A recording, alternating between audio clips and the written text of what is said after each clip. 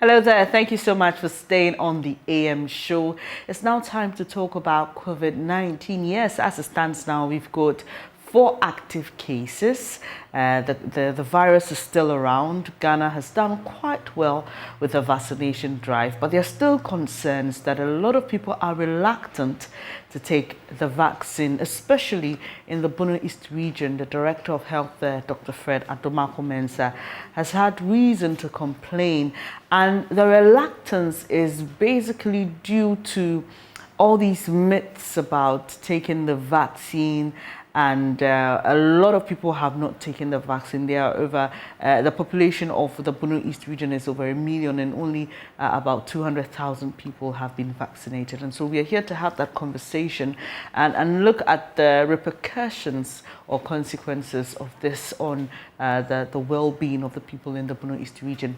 Well, thanks for your time this morning, Dr. Adomako-Mensah. It's a pleasure to have you here. Good morning. So first off, let's talk about what you've identified on the ground. We know you've spoken about myths. Sorry, Dr. Adomako-Boateng, forgive me for that. Let's talk about the myths that you have identified in terms of specifics. What are the realities on the ground when you step out to speak to the people of the Bono East?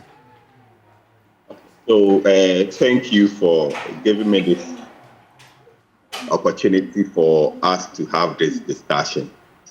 So I just want to start with a breakdown of what we have done so far, and then I will go into that.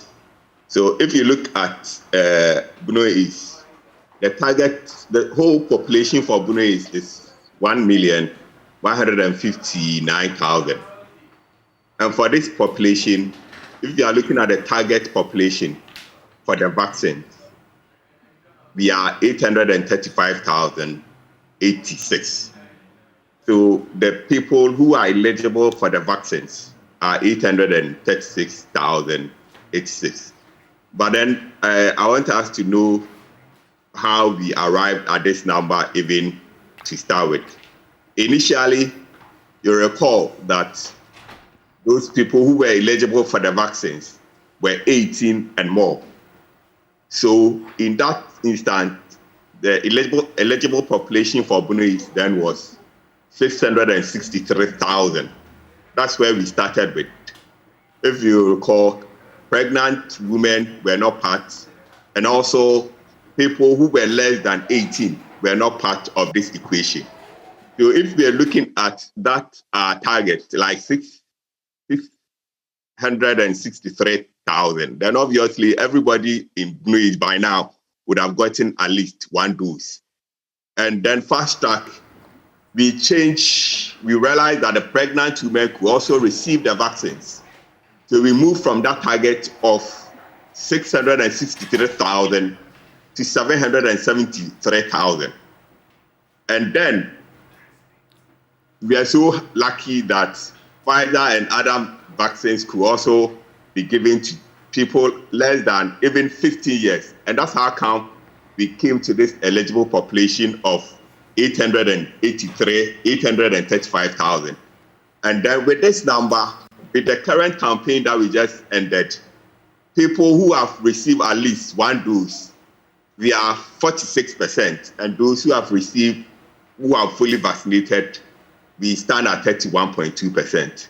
So you see where we are coming from in terms of the denominator that we are using for 663,000 to 883,000.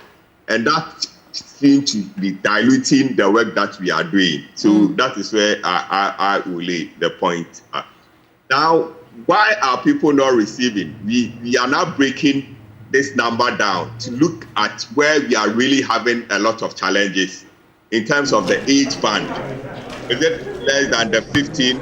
Is it 15 to 25? Is it more? I think when I get that, I will come and discuss. We will discuss that.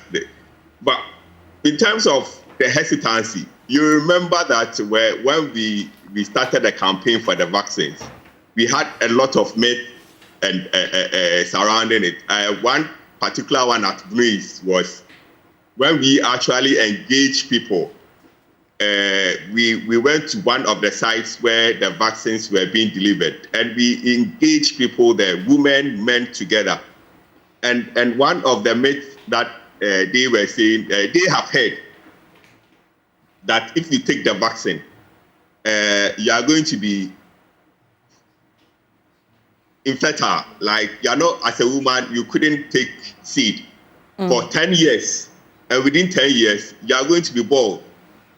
That is for the women. Then the men also, they said for the men, what is going to happen is that when you take the vaccine, within 3 days, you are going to have what? Erectile dysfunction, that you are not going to be able to engage in sexual intercourse. And the precision by which they came with this, we engaged them and asked them, but the vaccine is not even, we have not given it to people more than 2 years or more than 1 year. How come you're able to come with this information so specific?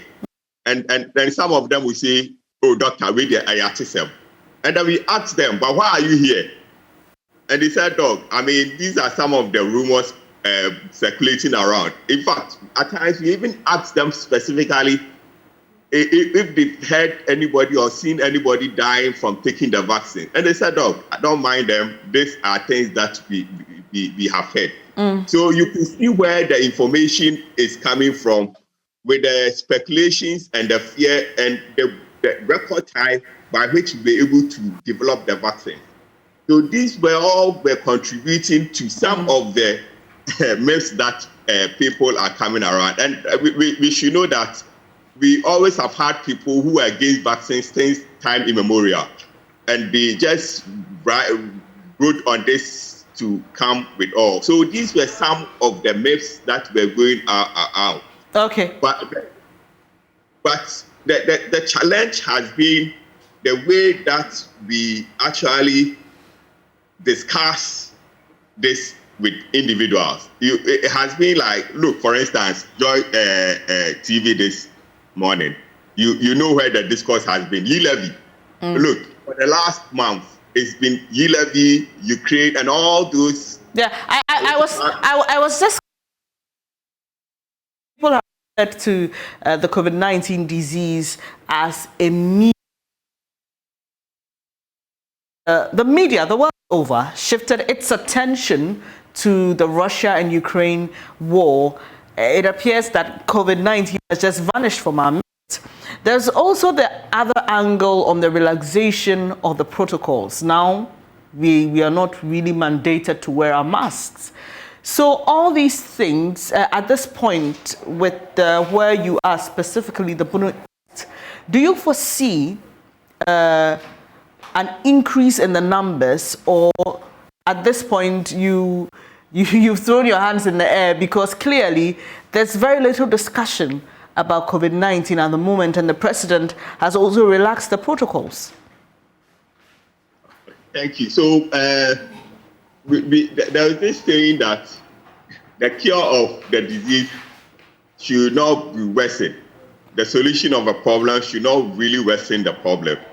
And I think as we look at the epidemiology of the disease across board, that will inform maybe some of the decisions that you will have to make. And so at times, decisions and declarations are made based on prevailing circumstances. And the challenge has been the miscommunication and the misinterpretation of some mandates, especially for other people.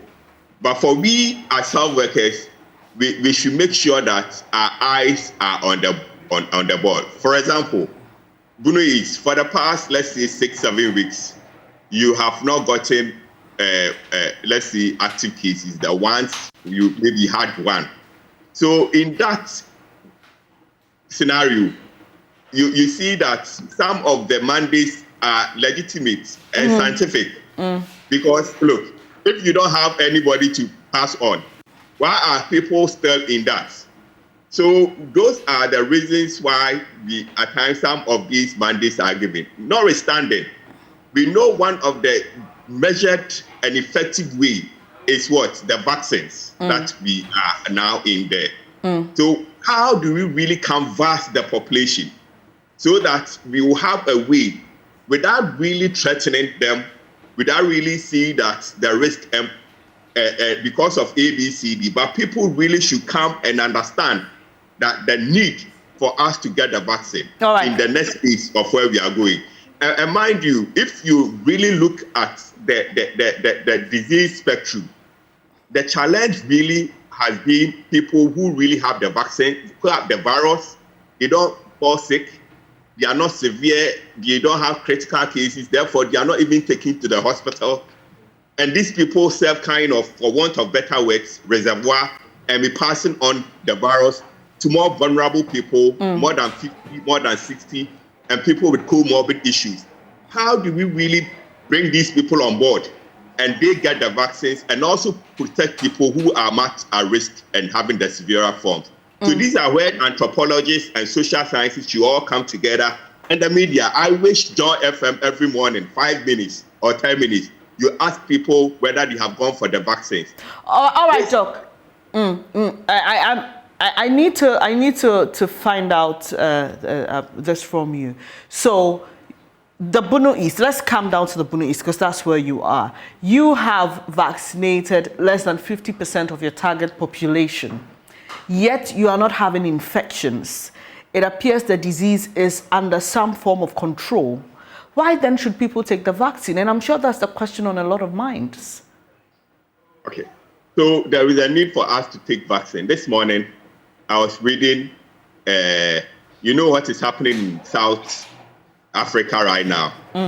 Where we have sub-variants of the Omicron, which we call the BA4, BA5. This is not British Airways, by the way. They are sub-variants. And then if you read in the States, New York, they've started recording high cases and hospitalization. And we know this global community. And COVID-19 have been a disease of importation from where affluent countries and more densely populated countries to come. And where Bono is situated, almost every wave that happened in the country, we also bear a brand of it. The first, second, the Delta, and we were deadly hit with the Delta wave. So we kind of are passively receiving when we have the surge. Therefore, and even if you look at the statistics, look at the case fatality rate. I was talking to one of your colleagues. Look, despite the fact that Bono East is not having huge amount of cases like Greater Accra and Ashanti region, the case fatality rate for Bono East is higher than these two regions, where they are more endowed with infrastructure expertise as compared to Bono East. So if you are talking about people who really need the vaccines, then it's the population of Bono East, so that we are protected against any other wave that will come. And mind you, we are not out of the woods yet, and the pandemic is not over. And one case anywhere is one case everywhere. So we at Bono East should prepare and be ready before we have the wave or the surge in the country. Anytime we have the wave in Accra, Kumasi, Central Region, and other places, Bono East also have our share. And so we shouldn't wait for that to happen. And looking at the global trend, we should be prepared. And that is the reason why we should go. And in terms of vaccination and vaccines, the best time to go for the vaccine is when we don't have the disease. And I think the mothers and the husbands, we know, and we take our kids every time for them to have the vaccine. This is the right opportunity for us, those of us who have not gotten the vaccine, to make sure we have it, preparing for the raining and the lean season. This is the time that we have to prepare. So I will say that if there is any time that people should go for the vaccine, it's time. The time is now for Bono East, for us to go. Whilst Greater Accra, Ashanti region, and our big brothers are also having, we also should also go for the vaccines and be prepared when we are challenged with surge and waves. You mentioned earlier that your target population was at around 800,000 because we had a certain target group, those above 60, children were not involved, pregnant mothers, and even some people extended it to nursing mothers. Is the story still the same? Or pregnant women and children in Ghana? I know elsewhere children are taking the vaccine, but do we still have those exemptions, or all those people are allowed to take the vaccine now? So one, the pregnant women are now safe. The vaccine won't have any effect on them, won't have any effect on their babies. The babies will not have any abnormality when the mothers go for the vaccines. If you are breastfeeding, a lactating mother, you equally qualify for the vaccine. And then if you are less than 15 years, you qualify for the vaccines in the country. Then people with health workers, actually, we are even mandated to take boosters, and other risks are risk population, and then security are also able to have their boosters. So those who qualify for the vaccines have not changed. We are really having challenges with those that we have brought on board. For example, we are still having challenges with pregnant women. And then, as we said, the new cohort that has come on board, less than 15. We are liaising seriously with Ghana Education Service to make sure that all those who are eligible will have their vaccines. And as we discussed, it's the stronger population. That's where we are having challenge. So how do we really convince them to have? Because they are strong. When they even have, they don't come with the severe and critical cases. So how do we package for them? But for us really to fight against this in Bono East, we have to make sure they come on board. So those who qualify has not changed. In fact, we are expanding it more. And so we should make sure that, and we should have a message to reach them. And in the beginning, because the noise were more than 18, pregnant women are not part. It's still stuck with most of us. But that is what we will have to bring on board to make sure that we all have. And the strategy now we are using mainly is co-opting the political leaders. When I say political leaders, I'm talking about the religious groups, the chief imams, the traditional leaders, the pastors, and then the ministers. They are really leading the campaign. And to surprise you, they are asking for stricter measures and mandates to ensure that people come for the vaccines. All right. So which of the vaccines are available in the Bono East region? We have the AstraZeneca one, AstraZeneca. We have Pfizer. We have Moderna. Okay. So these vaccines are available.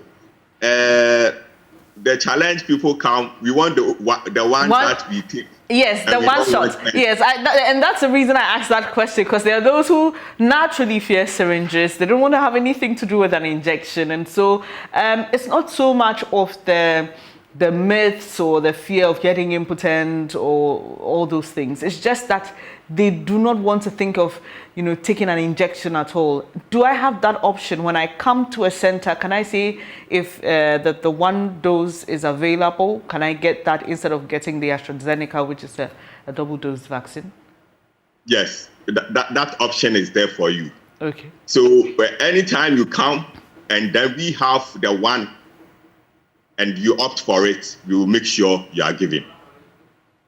Interesting. So beyond this interview, which I know you're hoping will create some awareness, especially in the Bono East region, what else is the directorate there doing to ensure that people are vaccinated? Because we've answered that important question, the why.